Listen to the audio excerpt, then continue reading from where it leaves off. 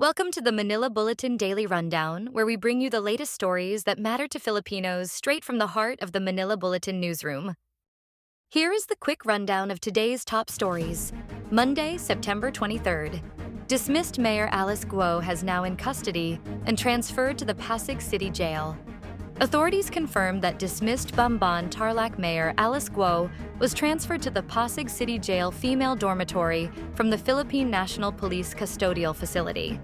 The dismissed mayor's transfer was ordered by the Pasig City Regional Trial Court Branch 167 that is handling her qualified human trafficking case. However, the BJMP said that Guo will be staying in a separate detention cell after her X-ray result during her medical assessment showed that she has a possible lung infection. The Senate panel on finance approves the 10.5 billion pesos presidential budget in just less than 10 minutes. The Office of the President's Budget breezed through the upper chamber hearing, chaired by Senator Grace Poe, and was endorsed to the plenary as Executive Secretary Lucas Bersamin stated that the amount is 1.88% lower than last year's budget. They believe that it will be enough for the president to meet the exacting demands of being the head of state and of government, the chief architect of Philippine foreign policy, and commander-in-chief. Senator Grace Poe noted the budget decrease due to some changes such as positions created and a lower budget for travel utilization.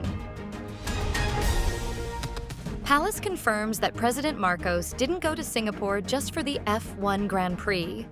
Presidential Communications Office Acting Secretary Cesar Chavez said that President Marcos was at home with family and filmed his weekly vlog. The president also reviewed and signed some documents as part of his weekend schedule.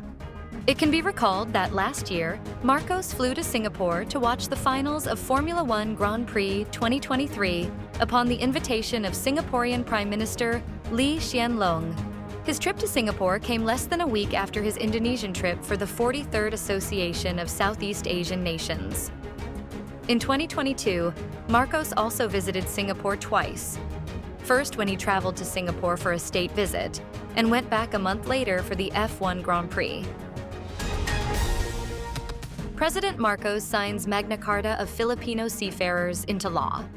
President Marcos has officially signed into law the Magna Carta of Filipino Seafarers, which, he said, upholds the fundamental rights of overseas seafarers to fair wages, safe working conditions, and skills and competency development.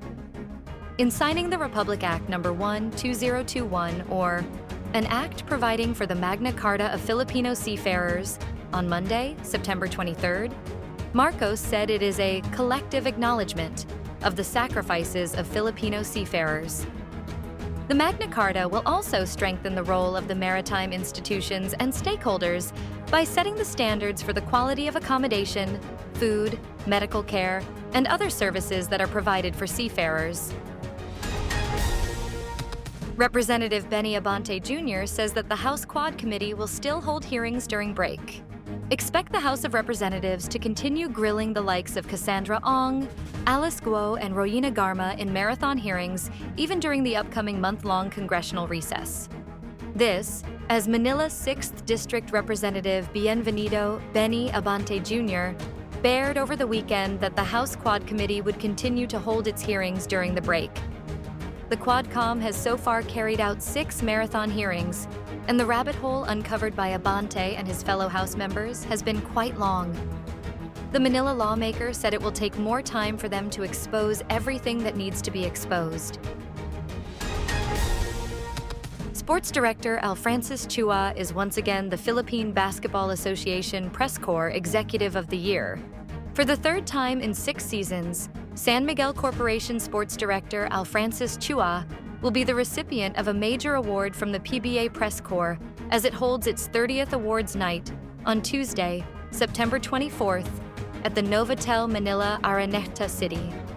Chua is set to be honored again with the Danny Floro Executive of the Year Award for the contributions he has done for the Gilas Pilipinas men's national team, while also looking over the operations of teams under the SMC umbrella in San Miguel Beer, Barangay Ginebra, and Magnolia as consistent title contenders in Asia's first ever Play for Pay League. Donald Trump says that if he loses the election, 2024 run will be his last. Former President Donald Trump said on that he doesn't think he would be running again for president in 2028 if he falls short in his bid to return to the White House in 2024. The comment was notable both because Trump seemed to rule out a fourth bid for the White House and because he rarely admits the possibility he could legitimately lose an election.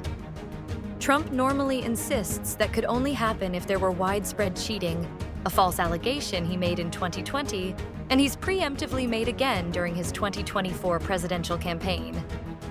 Trump would be 82 in 2028, a year older than President Joe Biden is now.